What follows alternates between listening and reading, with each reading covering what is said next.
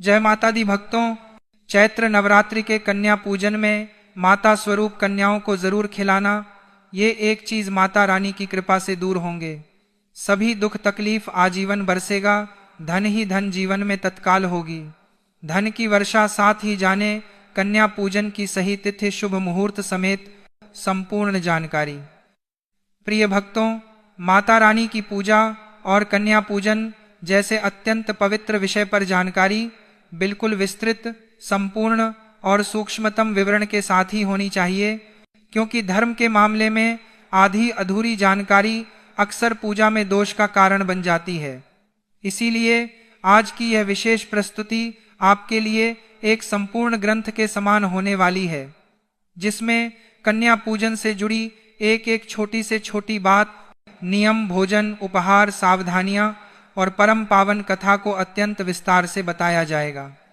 9 दिनों की इस कठोर तपस्या, व्रत, उपवास और माता जगदम्बा की सात्विक आराधना का पूर्ण फल मनुष्य को तब तक प्राप्त नहीं होता जब तक कि वह पूर्ण श्रद्धा और समर्पण के साथ कन्या पूजन संपन्न न कर ले।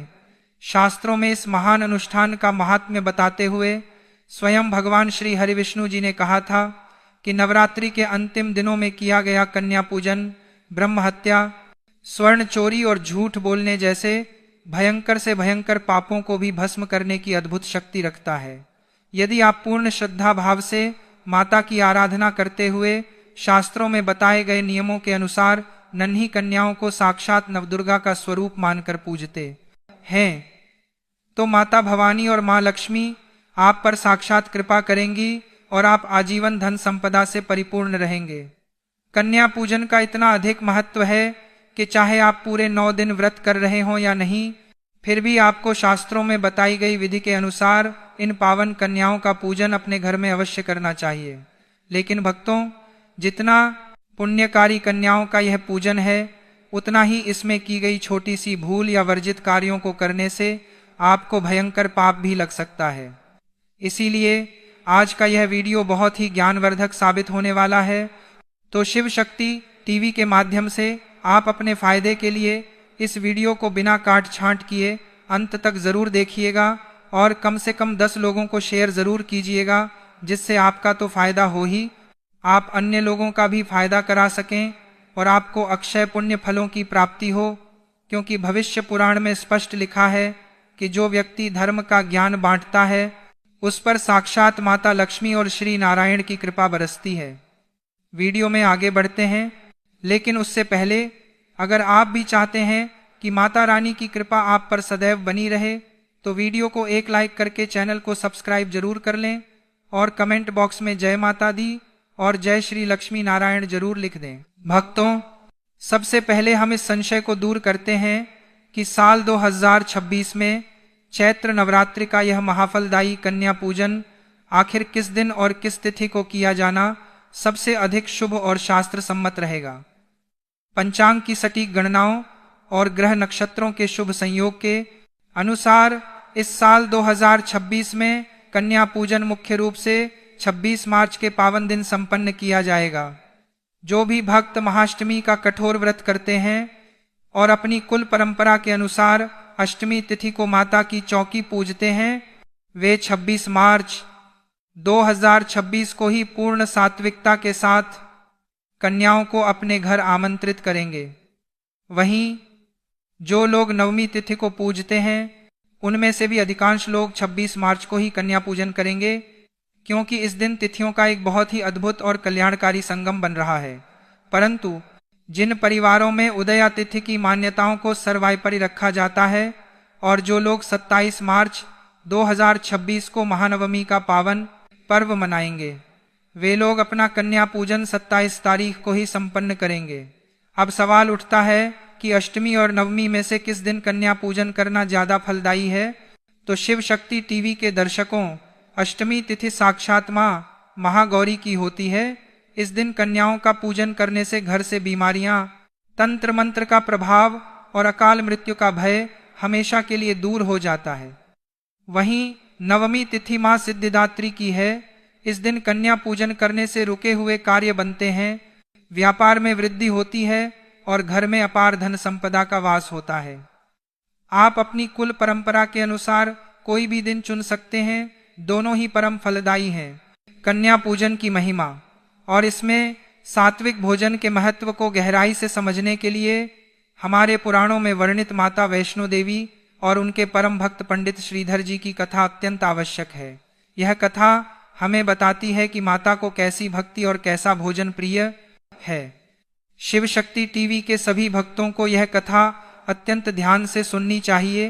प्राचीन काल में कटरा के समीप हंसाली गांव में पंडित श्रीधर नाम के एक अत्यंत ही गरीब लेकिन परम धर्मनिष्ठ ब्राह्मण रहा करते थे। वे माता के अनन्य भक्त थे, परंतु उनके जीवन में घोर दरिद्रता और संतानहीनता का भारी दुख था। गांव वाले उन्हें बांझ कहकर ताने मारते थे, लेकिन श्रीधर की भक्ति कभी कम नहीं हुई। एक बार नवरात्रि के पावन अवसर पर पंडित श्रीधर ने कुंवारी कन्याओं का पूजन करने और उन्हें भोजन कराने का विचार किया, लेकिन उनकी कुटिया में अन्न का एक दाना भी नहीं था। वे इसी चिंता में डूबे थे कि अब कन्याओं को क्या खिलाएंगे। तभी साक्षात माता वैष्णो देवी एक अत्यंत ही सुंदर, तेजस्विनी और दिव्य कन्या का रूप धारण करके उन कन्याओं के बीच आकर बैठ गईं। उस कन्या के चेहरे पर सूर्य के समान तेज था। कन्या रूपी माता ने श्रीधर से कहा कि हे पंडित, तुम पूरे गांव और आसपास के सभी साधु संतों को कल अपने घर भंडारे का निमंत्रण दे दो। श्रीधर घबरा गए कि उनके पास तो खुद खाने को नहीं है, इतने लोगों को कैसे खिलाएंगे। लेकिन उस कन्या के तेजस्वी वचनों और आंखों में छिपे वात्सल्य पर विश्वास करके उन्होंने सबको निमंत्रण दे दिया। उस भंडारे में गुरु गोरखनाथ और उनके शिष्य भैरवनाथ भी अपने 300 चेलों के साथ आ गए। जब भोजन परोसने की बारी आई तो श्रीधर की कुटिया में चमत्कार हुआ। उस दिव्य कन्या ने अपने हाथों में एक छोटा सा अद्भुत और चमत्कारी पात्र लिया और उसी एक पात्र से सभी को उनकी इच्छा के अनुसार अत्यंत स्वादिष्ट 56 भोग और सात्विक भोजन परोसना शुरू कर दिया। यह देखकर सब हैरान थे, लेकिन जब कन्या रूपी माता भोजन परोसते हुए भैरवनाथ के पास पहुंची तो भैरवनाथ ने अपने तंत्र बल के अहंकार और तामसिक प्रवृत्ति के कारण सात्विक भोजन खाने से साफ इनकार कर दिया। उसने कन्या से कहा कि मुझे यह हलवा पूरी नहीं खाना है, मुझे तो मांस और मदिरा चाहिए। कन्या रूपी माता ने अत्यंत शांत लेकिन दृढ़ शब्दों में भैरवनाथ को समझाया कि हे भैरव, यह एक पवित्र ब्राह्मण के घर का सात्विक भंडारा है। यहाँ केवल शुद्ध सात्विक और पवित्र आहार ही मिलेगा, यहाँ कोई तामसिक वस्तु नहीं परोसी जाएगी। लेकिन भैरवनाथ अपनी जिद पर अड़ा रहा और उसने कन्या का हाथ पकड़ने का प्रयास किया। अपने भक्त के घर की मर्यादा और सात्विकता को बनाए रखने के लिए माता वहां से तुरंत पवन रूप धारण करके अंतर्ध्यान हो गईं और त्रिकूट पर्वत की ओर चली गईं। दर्शकों, इस कथा को विस्तार से बताने का मुख्य उद्देश्य यह है कि माता भवानी स्वयं कन्याओं के रूप में हमारे घर पृथ्वी पर आती हैं। माता को केवल सात्विक भाव, शुद्ध आहार और प्रेम प्रिय है। उन्हें तामसिक भोजन, अशुद्धता या अहंकार बिल्कुल भी बर्दाश्त नहीं है। इसीलिए कण या पूजन में भोजन को लेकर बहुत ही कठोर नियम बताए गए हैं, जिनका पालन करना हमारे लिए अत्यंत आवश्यक है। अब बात करते हैं कि कन्या पूजन के लिए कैसी कन्याओं को आमंत्रित करना चाहिए और कैसी कन्याओं को नहीं। धर्मशास्त्रों के अनुसार कन्या पूजन के लिए हमेशा 2 वर्ष से लेकर 10 वर्ष तक की आयु की कन्याओं को ही आमंत्रित करना चाहिए। 2 वर्ष की कन्या को कुमारी कहा जाता है, जिसकी पूजा से दुख और दरिद्रता का नाश होता है। 3 वर्ष की कन्या त्रिमूर्ति होती है, जो धन धान्य देती है। 4 वर्ष की कल्याणी, 5 वर्ष की रोहिणी, 6 वर्ष की कालिका, 7 वर्ष की चंडिका, 8 वर्ष की शांभवी, 9 वर्ष की दुर्गा और 10 वर्ष की कन्या सुभद्रा कहलाती है। इन सभी आयु वर्ग की कन्याओं में माता का सबसे जागृत और निष्पाप स्वरूप माना जाता है। आपको इस बात का विशेष ध्यान रखना है कि किसी भी कन्या को जबरदस्ती या डरा धमकाकर अपने घर ना लाएं। जो कन्याएं खुशी खुशी और प्रेम से आपके घर आएं, उन्हीं का पूजन फलदायी होता है। कन्याओं को आमंत्रित करते समय उनके रंग, रूप, पहनावे या जाति को लेकर अपने मन में रत्ती भर भी भेदभाव या ऊंच नीच का विचार ना लाएं। वहीं आपको इस बात का भी ध्यान रखना चाहिए कि 10 वर्ष से अधिक आयु की कन्याओं को कन्या पूजन में मुख्य रूप से नहीं बिठाया जाता, क्योंकि शास्त्रों के अनुसार वे रजस गुण में प्रवेश कर जाती हैं। साथ ही यदि कोई कन्या बहुत अधिक अस्वस्थ है या उसे कोई शारीरिक पीड़ा है तो उसे उस समय पूजन में बिठाकर कष्ट नहीं देना चाहिए, बल्कि उसका प्रसाद उसके घर भिजवा देना चाहिए। इसके अलावा कन्याओं के साथ एक छोटे बालक को भी बटुक भैरव या लंगूर के रूप में जिमाना अत्यंत अनिवार्य है, क्योंकि माता वैष्णो देवी की कथा में भी भैरवनाथ को अंत में माता ने क्षमा करके वरदान दिया था कि मेरी पूजा के बाद तुम्हारी पूजा अनिवार्य हो। शिव महापुराण के अनुसार भैरव के बिना माता की कोई भी पूजा या कन्या पूजन पूर्ण रूप से स्वीकार नहीं होता है। अब सबसे महत्वपूर्ण विषय पर आते हैं कि घर की रसोई में क्या बनना चाहिए, क्या नहीं बनना चाहिए और इसके पीछे का गहरा कारण क्या है। कन्या पूजन के दिन घर की रसोई को गंगा जल छिड़क कर पूरी तरह से पवित्र कर लें। भोजन बनाने वाले व्यक्ति को स्नान करके साफ वस्त्र धारण करके ही रसोई में प्रवेश करना चाहिए। कन्या पूजन के इस महाप्रसाद में मुख्य रूप से सूजी या शुद्ध गेहूं के आटे का हलवा, गाय के शुद्ध घी या ताजे शुद्ध तेल में छानी गई गर्मा गर्म पूरियां और बिना लहसुन प्याज के पूर्ण सात्विकता के साथ बनाए गए काले चने का होना अनिवार्य माना गया है। इसके पीछे का सबसे बड़ा कारण हमारी जन्म कुंडली और नवग्रहों की शांति से जुड़ा है। शिव शक्ति टीवी के दर्शकों, ज्योतिष और धर्म ग्रंथों के अनुसार जब हम कन्याओं को काले चने का भोग लगाते हैं तो काले चने का संबंध शनि देव से होता है। इसे खिलाने से कुंडली में बैठे शनि और राहु केतु जैसे अत्यंत क्रूर ग्रहों की शांति होती है और जीवन से हर प्रकार की रुकावट, रोग और दुर्घटना का योग हमेशा के लिए टल जाता है। वहीं हलवा और शुद्ध घी की पूरी खिलाने से कुंडली में शुक्र, मंगल और चंद्रमा की स्थिति मजबूत होती है। शुक्र ग्रह धन और विलासिता का कारक है, अतः हलवा पूरी खिलाने से मनुष्य के जीवन में अपार धन, सुंदरता, मानसिक शांति और भौतिक सुखों की वर्षा होती है। यही माता रानी का सबसे प्रिय और शुभ पारंपरिक भोजन है। इसके अलावा आप अपनी सामर्थ्य के अनुसार उन्हें फल जैसे सेब, केला, अनार और गाय के शुद्ध दूध व मिश्री से बनी मखाने या चावल की खीर भी खिला सकते हैं। मखाने की खीर माता को अत्यंत प्रिय है, क्योंकि मखाना जल में उत्पन्न होता है और अत्यंत शुद्ध व शीतलता प्रदान करने वाला होता है। लेकिन भक्तों, जितना जरूरी यह सात्विक भोजन है, उतना ही जरूरी उन चीजों को जानना है जो भूलकर भी नहीं पकानी चाहिए। सबसे पहले कन्याओं के लिए बनाए जा रहे भोजन में भूलकर भी लहसुन और प्याज का एक कण भी नहीं होना चाहिए, और न ही वह भोजन उस बर्तन में बनना चाहिए जिसमें कभी मांस मदिरा पकाया गया हो। लहसुन और प्याज की उत्पत्ति असुरों के अंश से मानी जाती है, इसीलिए यह घोर तामसिक होते हैं और इनका सेवन करने से शरीर में अज्ञान और क्रोध बढ़ता है। बाजार का बना हुआ खुला, अशुद्ध, डिब्बाबंद या मिलावटी भोजन जैसे चिप्स, बिस्किट, चाउमीन या बाहर की मिठाइयाँ कन्याओं को भूलकर भी ना खिलाएं। बासी भोजन, फ्रिज में रखा हुआ एक दिन पहले का गुंथा हुआ आटा या किसी का झूठा किया हुआ प्रसाद कन्याओं को खिलाना शास्त्रों में घोर पाप है। ऐसा करने से घर में दरिद्रता, बीमारियां और कलह प्रवेश कर जाती हैं। सब्जियों में बैंगन, मूली, कटहल, करेला या लाल मसूर की दाल का प्रयोग भी कन्या पूजन के भोजन में पूरी तरह से वर्जित है, क्योंकि ये चीजें या तो रजस्तमस गुण को बढ़ाती हैं या इनका स्वाद कड़वा होता है, जो माता के सात्विक भोग के अनुकूल नहीं है। अब एक बहुत बड़ा सवाल जो लोग अक्सर पूछते हैं कि कन्याओं के अलावा घर के अन्य सदस्यों को उस दिन क्या खाना चाहिए। दर्शकों, शिव शक्ति टीवी के माध्यम से हम आपको बताना चाहते हैं कि कन्या पूजन वाले दिन घर का वातावरण पूरी तरह से देवतुल्य और पवित्र होना चाहिए। इसीलिए घर के सभी सदस्यों को, चाहे उन्होंने व्रत रखा हो या न रखा हो, केवल और केवल शुद्ध सात्विक भोजन ही ग्रहण करना चाहिए। सबसे पहले घर के सभी सदस्य माता का वह प्रसाद हलवा, पूरी, चना ही ग्रहण करें जो कन्याओं के लिए बनाया गया था। इसके बाद यदि किसी को भूख हो तो वह घर में बना हुआ बिना लहसुन प्याज का सात्विक भोजन ही खाए। उस पूरे दिन घर में कोई भी तामसिक वस्तु, लहसुन, प्याज, मांस, मदिरा या बाहर का अशुद्ध खाना नहीं आना चाहिए। व्रत खोलने यानी व्रत पारण को लेकर भी शास्त्रों में स्पष्ट नियम है।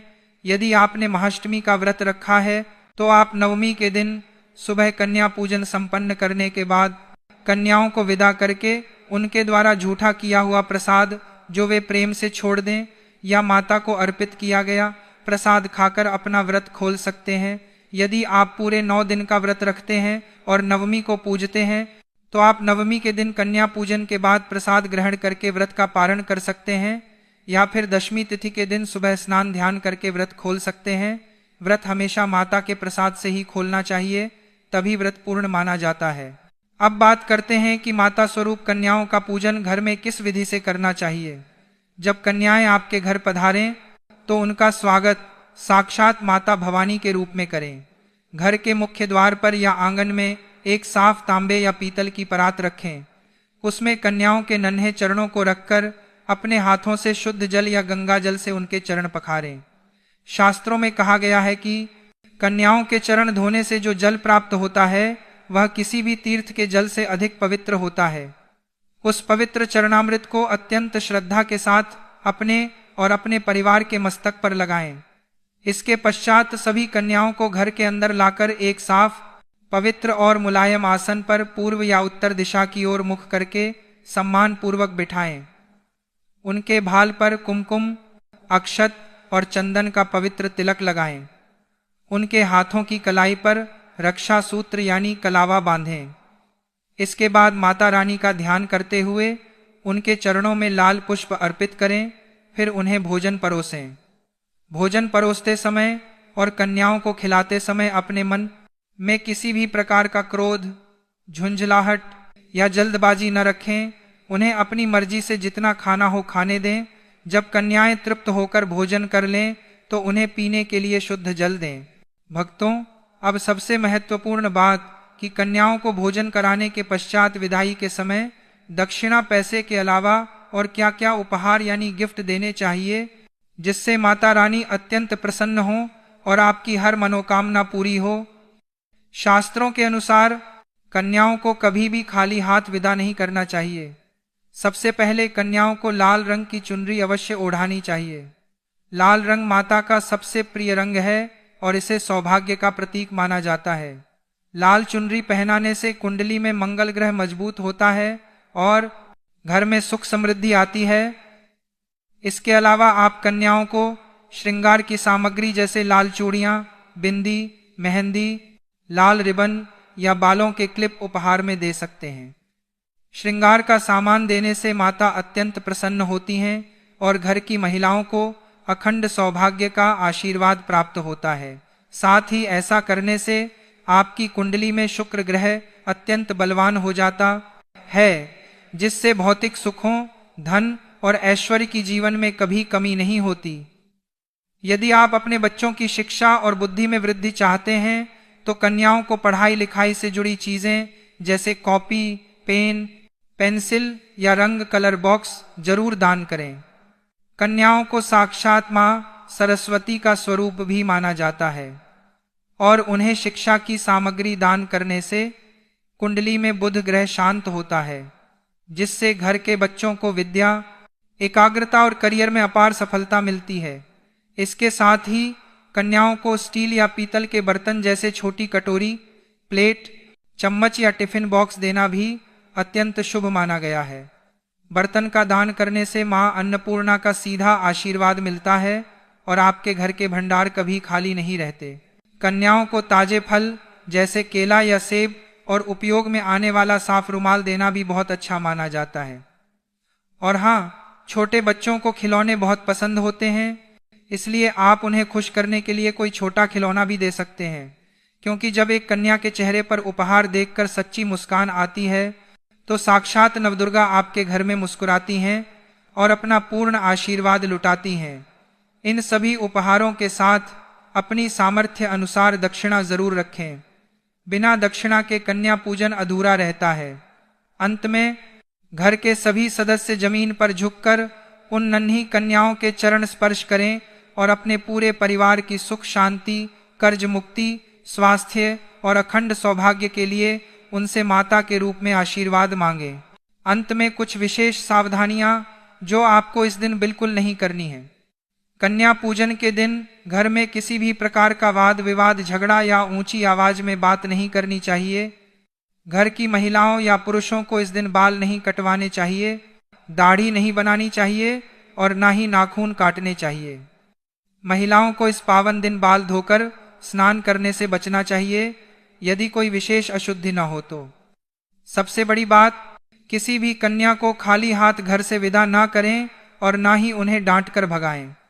इन सभी सात्विक नियमों, विस्तृत कथा के मर्म और सच्ची श्रद्धा के साथ इस पावन चैत्र नवरात्रि में कन्या पूजन करने से आपको अपने जीवन में अकल्पनीय भौतिक सुखों, ऐश्वर्य और पारिवारिक शांति की प्राप्ति होगी। हर इंसान एक सही मौके की तलाश में होता है और चैत्र नवरात्रि के यह 9 दिन आपके जीवन में बहुत बड़ा मौका लेकर आने वाले हैं। जय श्री राम।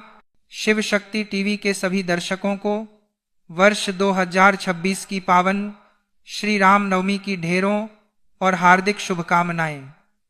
प्रिय भक्तों, आज हम उस अत्यंत प्रभावशाली, चमत्कारी और पवित्र तिथि की महिमा को जानने वाले हैं, जिसे हमारे शास्त्रों, पुराणों और वेदों में कोई साधारण समय नहीं कहा गया है, बल्कि शास्त्रों में इसे विशेष फलदायी, जन्म जन्मांतर के पापों से मुक्ति प्रदान करने वाली और साक्षात परब्रह्म परमात्मा के इस धराधाम पर प्राकट्य की सबसे पावन तिथि बताया गया है। यह वही महान नवमी है जिसके प्रभाव से और जिसकी प्रतीक्षा में बड़े बड़े ऋषि मुनियों ने अपने घोर तप से भगवान को धरती पर अवतरित होने के लिए विवश कर दिया था। इसलिए यह राम नवमी केवल हमारी आध्यात्मिक उन्नति का ही मार्ग नहीं है, बल्कि जाने अनजाने में हुए हमारे घोर पापों, दोषों, पितृदोषों और सांसारिक जीवन की भयंकर बाधाओं से मुक्ति का भी सबसे श्रेष्ठ और अचूक साधन मानी जाती है। मर्यादा पुरुषोत्तम भगवान श्री राम का यह जन्मोत्सव किसी भी सच्चे साधक को हर प्रकार के पापों और उनके दुष्ट परिणामों से हमेशा के लिए मुक्त करने वाला होता है। जाने अनजाने में हुए किसी भी प्रकार के दोष, कोई असाध्य रोग, व्यापार में चल रहा भारी धन संकट या मन की गहरी अशांति हो, चैत्र मास के कृष्ण पक्ष की इस महान नवमी तिथि का पूर्ण श्रद्धा और विश्वास के साथ किया गया व्रत और उपवास इन सभी समस्याओं से आपको हमेशा के लिए छुटकारा दिलाने में पूर्ण रूप से समर्थ है। भक्तजनों, जो भी व्यक्ति इस महाव्रत को पूरे विधि विधान और सच्चे मन से करता है, उसके जीवन के सभी संचित पाप उसी क्षण भस्म हो जाते हैं और उसके जीवन में एक नए सौभाग्य का उदय होता है। जो भक्त निर्धनता से बहुत अधिक पीड़ित है, जिसके ऊपर कर्ज का पहाड़ टूट पड़ा है, उसके लिए यह नवमी तिथि विशेष रूप से अत्यंत लाभकारी और चमत्कारिक मानी गई है। श्रद्धा और समर्पण से किया गया यह एक दिन का व्रत और प्रभु श्री राम का विधिपूर्वक पूजन व्यक्ति को बड़े से बड़े आर्थिक संकटों से बाहर निकालता है। व्यापार में दिन दूनी रात चौगुनी वृद्धि, नौकरी में स्थिरता और पदोन्नति, आय के नए और अप्रत्याशित स्रोत तथा अनावश्यक खर्चों में भारी कमी, यह सभी शुभ फल इस महान व्रत के प्रभाव से स्वतः ही प्राप्त होने लगते हैं। भगवान श्री राम का केवल नाम लेना ही भव सागर से पार लगाने वाला है, तो सोचिए उनके प्राकट्य दिवस पर की गई पूजा कितना महान फल देती होगी। भक्तों, अगर हम इस पावन पर्व के इतिहास और कथा की ओर चलें तो प्राचीन काल की बात है। सूर्यवंश में राजा दशरथ अत्यंत प्रतापी, चक्रवर्ती और धर्मनिष्ठ राजा थे। उनके राज्य में प्रजा अत्यंत सुखी थी, परंतु स्वयं राजा दशरथ के जीवन में एक बहुत महान और गहरा दुख था कि उनके कोई संतान नहीं थी।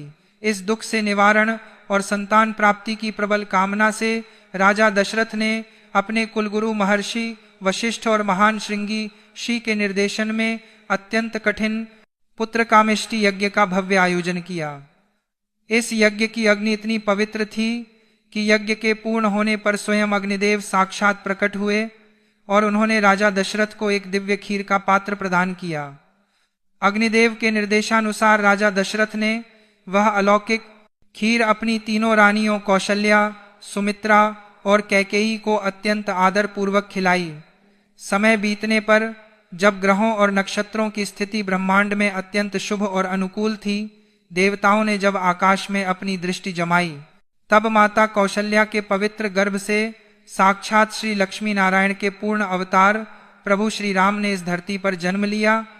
प्रभु के जन्म लेते ही संपूर्ण अयोध्या नगरी और तीनों लोक हर्षोल्लास से भर गए। देवता निरंतर वर्षा करने लगे, गंधर्व मधुर गान करने लगे और स्वर्ग की अप्सराएं मग्न होकर नृत्य करने लगीं।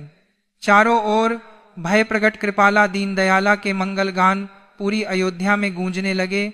यह वह महान समय था जब धरती पर धर्म की पुनः स्थापना और रावण जैसे असुरों के संपूर्ण विनाश का शंखनाद हुआ था। जो भी मनुष्य इस पावन कथा का आज के दिन स्मरण करता है, इसे सुनता है और इस दिन उपवास रखता है, उसके जीवन की सभी कठिनाइयां पल भर में समाप्त हो जाती हैं। उसे अपार धन लाभ होता है, रुके हुए सभी कार्यों में पूर्ण सफलता मिलती है